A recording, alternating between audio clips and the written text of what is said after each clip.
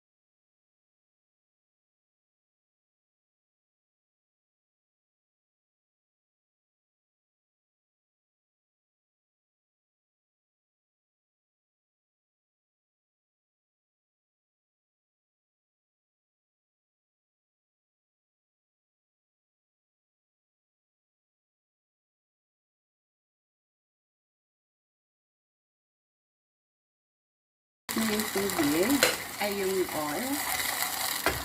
Ayan.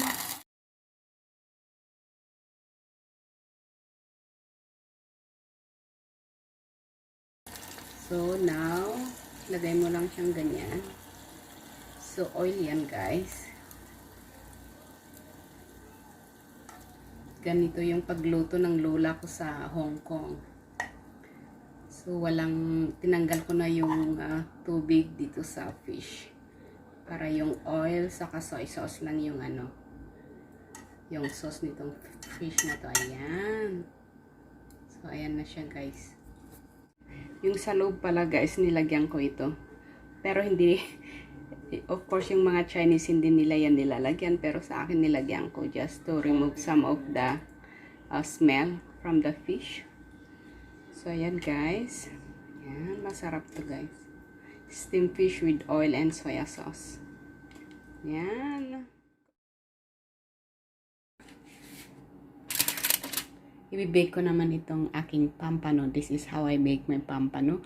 So, itong mga sili na yan, guys, is galing sa aking garden. Even this is small eggplant is from my garden. And also that cherry tomato is from my garden.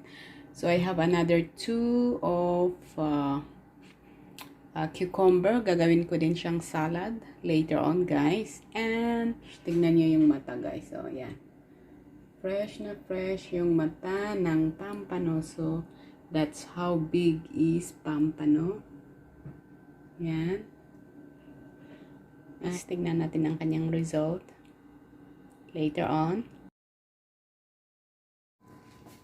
So, ayan guys. Luto na ang ating pampano. I broiled it. So, ayan. Medyo siya, parang ang itsura niya is tinunong pampano.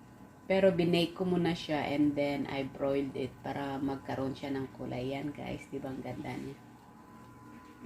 Yan. So that's my chili. Yan. Okay. That's how it is. And kain na po tayo guys.